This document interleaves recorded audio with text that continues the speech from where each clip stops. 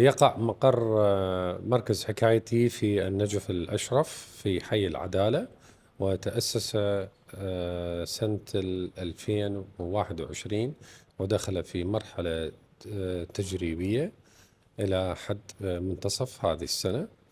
وبدأت مشاريع استقبال أيتام العين تحديدا، وليس يعني للجمهور الآخر، فقط الجولات المدفوعة الثمن، لأنه من جانب ريعي، من جانب آخر إلى رعاية الأيتام من خلال البرامج الموجودة في مركز حكايتي، وهي على 4 برامج. البرنامج الأول هو الزيارات اليومية، برنامج يشمل زيارة المتاحف، متاحف مختبر الفلك ومختبر العلوم والحضارة، وتوجد هناك سينما ومسرح ومسبح.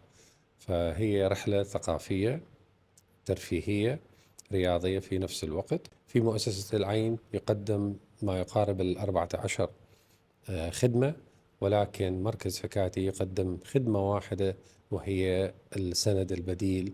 وعمليا أنه هو مركز بناء الإنسان وبناء القادة، فإذا قاد اليتيم قاد نفسه، فقاد عائلته، ويقود المجتمع مستقبلا. يوجد برامج أخرى للأيتام كذلك، وهي المبيت 7 أيام في المركز، وهذا هو من أطول وأعظم البرامج اللي موجودة، وهي إعادة تأهيل مركزة جدا يشرف عليها خبراء نفسيين. اجتمعوا لمدة 3 سنوات مع سماحة الشيخ أمجد رياض، وقاموا بتأسيس الفكرة والنواة، وقدموها إلى شركات المقاولات محلية، وبناء هذا الشيء الصرح العظيم في الفترة قصيرة جدا.